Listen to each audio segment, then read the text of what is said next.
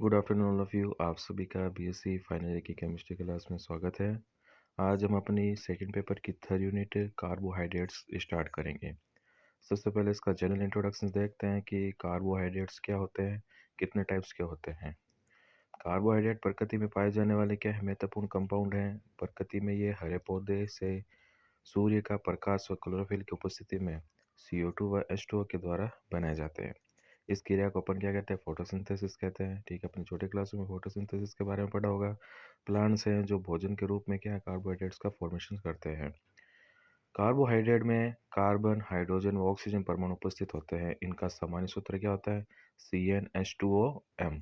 ठीक है, अब ON और M उसके कंपोजिशन पे डिपेंड करेगी, number of carbon and number of water molecules के। इसमें एन व एम मान समान व असमान भी हो सकते हैं। कोई फिक्स नहीं है कि अगर एन जितना है उतना ही एम होगा। ठीक है, उसकी कंपोजिशंस अलग अलग हो सकती हैं। लेकिन कार्बन, हाइड्रोजन, ऑक्सीजन के कुछ कार्बनिक यौगिक ऐसे होते हैं जिसमें हाइड्रोजन व ऑक्सीजन का अनुपात कितना होता है, 2:1। मतलब 2:1 के अंदर हाइड्रोजन और ऑक्सीजन प्रेजेंट होगी। ठीक है, जैसे सपोज 2 हाइड्रोजन प्रेजेंट हैं तो 1 ऑक्सीजन प्रेजेंट होगी। लेकिन कार्बोहाइड्रेट्स नहीं होते। ठीक है, जैसे फॉर्म्युलेट की बात करें, ठीक है, एसिटिक एसिड है एंड लैक्टिक एसिड है।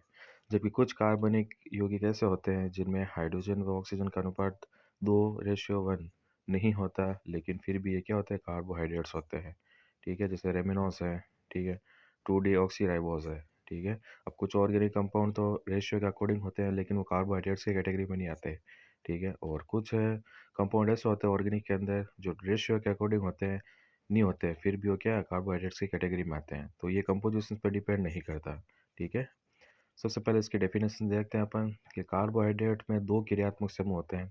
ठीक है, एक तो होता है कार्बोनिल समूह अर्थात CO, और दूसरा होगा हाइड्रोक्सिल समूह अर्थात OH। अतः इसी कारण से कार्बोहाइड्रेट को निम्न प्रकार से परिभाषित किया जा सकता है।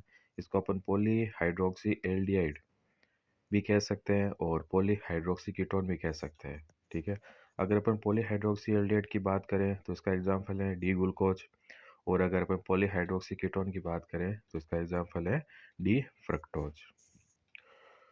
तीसरा अगर कैटेगरी की बात करें, अगर अपन इसके डेफिनेशंस का में, तो वे यौगिक जो पॉलीहाइड्रोक्सी एल्डिहाइड व पॉलीहाइड्रोक्सी कीटोन में क्या हो जाते हैं, अपघटित हो जाते हैं। ठीक है, सभी कार्बोहाइड्रेट में एक से ज़्यादा क्या होते हैं, असममित कार्बन परमाणु होते हैं। असममित कार्बन परमाणु का अपन दूसरा क्या नाम दे सकते हैं, कायरल कार्बन। अर्थात कार्बन से जुड़े हुए चारों जो सब्स्टिट्यूएंट होते हैं वो क्या होते हैं, अलग अलग होते हैं। उसको अपन कायरल कार्बन या असममित कार्बन कहते हैं। इसलिए सभी कार्बोहाइड्रेट्स क्या होते हैं, ऑप्टिकली एक्टिव होते हैं। मतलब जो प्लेन पोलराइज लाइट को क्या होता है, घड़ी की दिशा में या घड़ी की विपरीत दिशा में रोटेट करवा देते हैं, जिसे अपन क्या कहते हैं, डेक्स्ट्रो रोटेटरी कंपाउंड या फिर लेवो रोटेटरी कंपाउंड भी कह सकते हैं। ठीक है, तो कार्बोहाइड्रेट्स क्या होते हैं, ऑप्टिकली एक्टिव अर्थात ध्रुवण गुंडक यौगिक होते हैं। अब इसकी अपन क्लासिफिकेशन की बात करें, ठीक है, तो कार्बोहाइड्रेट्स को दो पार्ट्स के अंदर डिवाइड किया गया है। पहला आता है शुगर। ठीक है, मतलब जो शर्करा वाले कार्बोहाइड्रेट्स है, और दूसरा है पॉलीसेकेराइड अर्थात अशर्करा वाले कार्बोहाइड्रेट्स।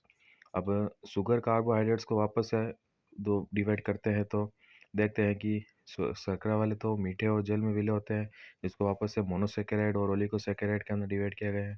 ठीक है, और मोनोसेकेराइड को वापस से चार पार्ट्स के अंदर डिवाइड किया गया है। एक है ट्राइओस, ठीक है, जिसको अपन ग्लिसरॉल्डिहाइड भी कहते हैं। एक है टेट्रोस, एक है पेंटोस और एक है हेक्सोस।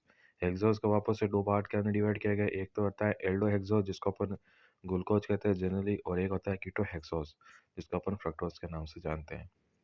सेकेंडली, जो शुगर कार्बोहाइड्रेट्स है उसको दूसरा पार्ट के अंदर डिवाइड करते हैं अपन ओलिगोसेकेराइड्स के अंदर। ओलिगोसेकेराइड दो टाइप्स का होता है, एक होता है डाइसेकेराइड और एक होता है ट्राइसेकेराइड, जिसे अपन एफिनोस के नाम से भी जानते हैं। ठीक है, तो कार्बोहाइड्रेटों को उनके स्वाद के अनुसार दो भागों में बांटते हैं।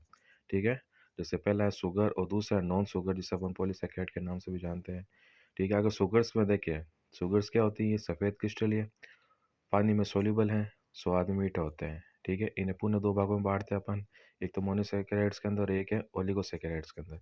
मोनोसेकेराइड्स क्या होते हैं, इन शर्करा का अगर अपन इन जल अवघटन करवाएं तो इनका क्या होता है, हाइड्रोलाइसिस नहीं होगा। ठीक है, इसलिए इन्हें अपन क्या कहते हैं, सिंपल शुगर के नाम से भी जानते हैं। इन सरल कार्बोहाइड्रेट के नाम के अंत में क्या लगाते हैं, ओस। ठीक है, सफिक्स क्या लगाते हैं, ओस लगाते हैं। अतः यदि मोनोसैकेराइड में एल्डिहाइड समूह उपस्थित हो तो अपन इसको क्या कह सकते हैं, एल्डोस कह सकते हैं। और वहीं अगर कीटोनिक ग्रुप प्रेजेंट होगा, ठीक है, मोनोसैकेराइड्स के अंदर, तो अपन इसका नाम क्या रखेंगे, कीटोस। ठीक है, तो इसका नोमेनक्लेचर इस प्रकार से होता है कि जो फंक्शनल ग्रुप प्रेजेंट है उसके पीछे ओस लगाकर अपन इसका नामकरण करते हैं। अणु में उपस्थित कार्बन परमाणु की संख्या को ग्रीक अनुलग्न लगाकर प्रदर्शित करते हैं। उदाहरण के लिए अगर अपन देखें कि 6 कार्बन वाले एल्डोस को अपन क्या कह सकते हैं, एल्डोहेक्सोस। ठीक है, 6 कार्बन है, एल्डिहाइड ग्रुप प्रेजेंट है, तो फंक्शनल ग्रुप का तो आ गया एल्डो, और हेक्सोस का मतलब है 6 कार्बन की शर्करा है, तो इसको अपन ने नाम दे दिया एल्डोहेक्सोस। उसी प्रकार अगर अपन कीटोन्स की बात करें कि अगर फंक्शनल ग्रुप अगर कीटोन हो और 5 कार्बन वाला अगर शुगर है या मोनोसेकेराइड है, तो अपन इसको क्या नाम दे सकते हैं, कीटो पेंटोस। ठीक है, सेकेंड कैटेगरी की बात करते हैं अपन सिंपल शुगर के अंदर ओलिगोसेकेराइड की। पहली थी मोनोसेकेराइड, सेकेंड है ओलिगोसेकेराइड। कि ये यौगिक जल अपघटन करने पर 2 से 10 तक मोनोसेकेराइड दे सकते हैं। जबकि अपन ने मोनोसेकेराइड का बात की थी, वो सबसे सिंपल शुगर थी, ठीक है, जिसका अपन हाइड्रोलाइसिस नहीं करवा सकते थे। ठीक है, मतलब अपन डिसोसिएट नहीं कर सकते हैं उसको। और अगर अपन ओलिगोसेकेराइड की बात करें, तो ओलिगोसेकेराइड क्या जल अपघटित होकर 2 से लेकर 10 तक मोनोसेकेराइड की यूनिट के अंदर डिसोसिएशन होता है इनका।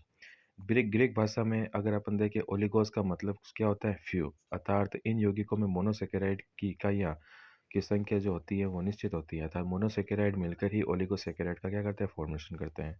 इन मोनोसेकेराइड इकाइयों की संख्या के आधार पर ही अपन ओलिगोसेकेराइड को भी आगे डिवाइड कर सकते हैं। जैसे कि है डाइसेकेराइड और एक है ट्राइसेकेराइड। ठीक है, डाइसेकेराइड मतलब 2 सेकेराइड इकाइयों वाले यौगिक है, जिसे अपन डाइसेकेराइड कहते हैं। उदाहरण की अपन बात करें तो सुक्रोज है। ठीक है, ये ग्लूकोज और फ्रक्टोज का कॉम्बिनेशन होता है और डाइसेकेराइड्स की कैटेगरी के अंदर आता है। वैसे ट्राइसेकेराइड की अगर अपन बात करें, इसमें 3 सेकेराइड की इकाइयाँ होती हैं, इसलिए अपन इसे ट्राइसेकेराइड कहते हैं। जैसे उदाहरण की अपन बात करें, डी फ्रक्टोज है, डी डी ग्लूकोज है और डी गैलेक्टोज है। ठीक है, ये तीन आपस में मिलकर रेफिनोज का फॉर्मेशन करती हैं और एक ट्राइसेकेराइड का एग्जाम्पल है। सेकेंड अपन बात करते हैं नॉन शुगर वाले या पॉलीसेकेराइड्स की, कि वे पदार्थ सामान्यतः अक्रिस्टलीय, जल में अविलेय, अल्पविलेय व स्वादहीन होते हैं। ठीक है, जल अपघटन कराने पर कई मोनोसेकेराइड की इकाइयाँ बनाते हैं। इनके अणुभारों के मान बहुत अधिक व निश्चित होते हैं, इसलिए इनके अणुओं में उपस्थित मोनोसेकेराइड इकाइयाँ की संख्या भी क्या होती है, निश्चित नहीं होती। ठीक है, इसलिए अपन क्या कहते हैं, इसे पॉलीसेकेराइड कहते हैं। पॉली का मतलब बहुत ज़्यादा। ठीक है, तो इसमें जो मोनोसेकेराइड होंगे, जो यूनिट्स हैं मोनोसेकेराइड्स की, वो ज़्यादा होती है। ठीक है, इन पॉलीसेकेराइड का सामान्य सूत्र अगर अपन देखें तो क्या होता है, C5H10O5। ठीक है, बेसिक कंपोजिशन की एक यूनिट के अंदर ये कार्बन 5 होंगे, हाइड्रोजन 10 होते हैं और ऑक्सीजन 5 होंगे। उदाहरण दें कि अपन स्टार्च है और सेल्यूलोज है।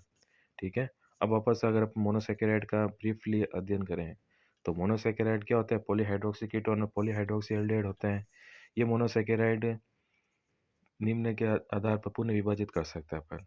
ठीक है, मतलब फंक्शनल ग्रुप के प्रेजेंस के ऊपर अपन इसको वापस से डिवाइड करते हैं।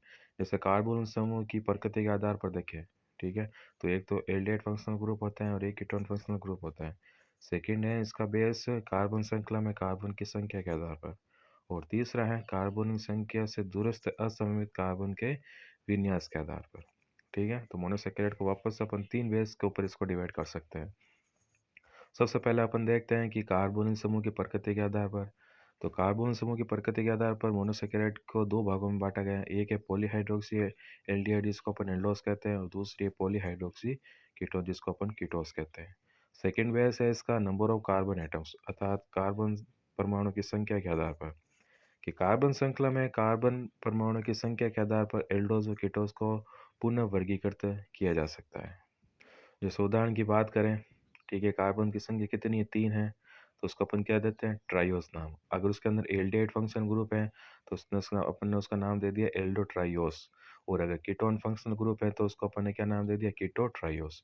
उसी प्रकार अपन हेक्सोस देखते हैं। जैसे हेक्सोस का मतलब 6 कार्बन परमाणु प्रेजेंट है इसके अंदर, और अगर एल्डिहाइड समूह प्रेजेंट हो तो उस मोनोसेकेराइड को अपन क्या कह सकते हैं, एल्डो हेक्सोस। और अगर कीटोन है तो उसको अपन क्या कह सकते हैं, कीटो हेक्सोस। इसकी स्ट्रक्चर देखते हैं अगर अपन, तो कुछ इस तरीके की स्ट्रक्चर होती है। ठीक है, मतलब एक तो एल्डिहाइड ग्रुप प्रेजेंट होता है, ठीक है, एक CH2OH। ठीक है, ये तो फिक्स होते हैं हर एक मोनोसेकेराइड के यूनिट के अंदर। अब जो CH OH की जो कंपोजिशन है, वो कितने भी नंबर्स हो सकते हैं उसके अंदर 1, 2, 3, 4 ठीक है? वो उसके नंबर के अकॉर्डिंग होगा। और उसी प्रकार अगर अपन कीटोन्स की बात करें, कीटोन की, तो इसके अंदर 2 CH2OH तो ग्रुप फिक्स होंगे और 1 कीटोन ग्रुप फंक्शनल ग्रुप तो फिक्स होगा। अब जो CHOH की जो इंटरमीडिएट यूनिट्स हैं, वो कितनी भी हो सकती हैं इसके अंदर। तीसरा है कार्बन समूह से दूरस्थ असममित कार्बन का विन्यास। ठीक है? मतलब कायरलिटी के बेसिस को कार्बन की कायरलिटी के बेसिस के ऊपर अपन इसको डिवाइड कर सकते हैं। ठीक है? अगर अपन फिर से प्रोजेक्शन देखें कार्बन समूह से दूरस्थ असममित कार्बन परमाणु या उच्चतम संख्या वाले असममित कार्बन परमाणु या नीचे से दूसरे कार्बन परमाणु के विन्यास के आधार पर भी अपन मोनोसैकेराइड की बात कर सकते हैं। ठीक है? अब अपन फिशर प्रोजेक्शन फॉर्मूला के बेसिस के ऊपर भी अपन मोनोसैकेराइड की यूनिट्स को डिवाइड कर सकते हैं। एक होती है डी सुगर्स, ठीक है? अर्थात फिशर प्रोजेक्शन सूत्र में OH समूह नीचे से दूसरे असममित कार्बन परमाणु पर यदि किस तरफ हो, दाईं ओर हो, तो अपन उसको क्या कहते हैं? डी सुगर अर्थात डेक्स्ट्रो रोटेटरी सुगर भी कह सकते हैं। जैसे कि डायग्राम में दे रखा है, ठीक है? नीचे से दूसरा कार्बन क्या होता है? कायरल कार्बन होता है, मतलब चारों जो सब्स्टिट्यूएंट हैं इसके ऊपर देख सकते हैं अपन। जो चारों सब्स्टिट्यूएंट है देखिए 1, 2, 3, 4 मतलब चारों सब्स्टिट्यूएंट क्या अलग-अलग हैं, तो ये सेंटर वाले क्या होते हैं? कायरल कार्बन के अंतर्गत इसके अंदर आते हैं, ठीक है? ये भी कायरल कार्बन है, तो ये भी कायरल कार्बन है, ठीक है? तो चारों सब्स्टिट्यूएंट अलग-अलग हैं, तो किसके अंतर्गत आएँगे? कायरल कार्बन की कैटेगरी में। अगर इसके अंदर जो OH ग्रुप है वो दाईं तरफ है तो उसको अपन डी ग्लूकोज की कैटेगरी के अंदर इंक्लूड करते हैं। और उस अगर फ्रक्टोज में देखें, ठीक है, तो फ्रक्टोज में भी देख सकते हैं अपन जो OH ग्रुप है वो किधर है, दाईं तरफ है, ठीक है, दाईं ओर है, इसलिए अपन इसको डी फ्रक्टोज की कैटेगरी में रखते हैं। सेकेंड अपन देखते हैं एल शुगर अर्थात लिवर रोटेटरी शुगर। यदि फिशर प्रोजेक्शन फॉर्मूले में नीचे से दूसरे असमित कार्बन परमाणु पर OH समूह बाईं ओर जुड़ा हुआ हो अर्थात कायरल कार्बन में OH पोजीशन है वो किस तरफ हो, बाईं ओर हो, तो उसको अपन क्या कहते हैं? एल ग्लूकोज या फिर एल फ्रक्टोज, ठीक है? अब अपन वापस से बात करते हैं डी ग्लूकोज की कि ग्लूकोज को सामान्यतः अपन डेक्सट्रोज, रक्त शर्करा, अंगूर शर्करा भी कहा जाता है क्योंकि यह पके अंगूरों तथा मनुष्य के रक्त में पाया जाता है। यह मीठे फल, शहद, मधुमेह के रोगियों के लिए मूत्र में भी पाया जाता है। इससे आगे की जो इसकी फॉर्मेशन मेथड है, डी ग्लूकोज के फॉर्मेशन की मेथड वो अपन अपने अगले लेक्चर्स के अंदर कंटिन्यू करेंगे। Thank you so much.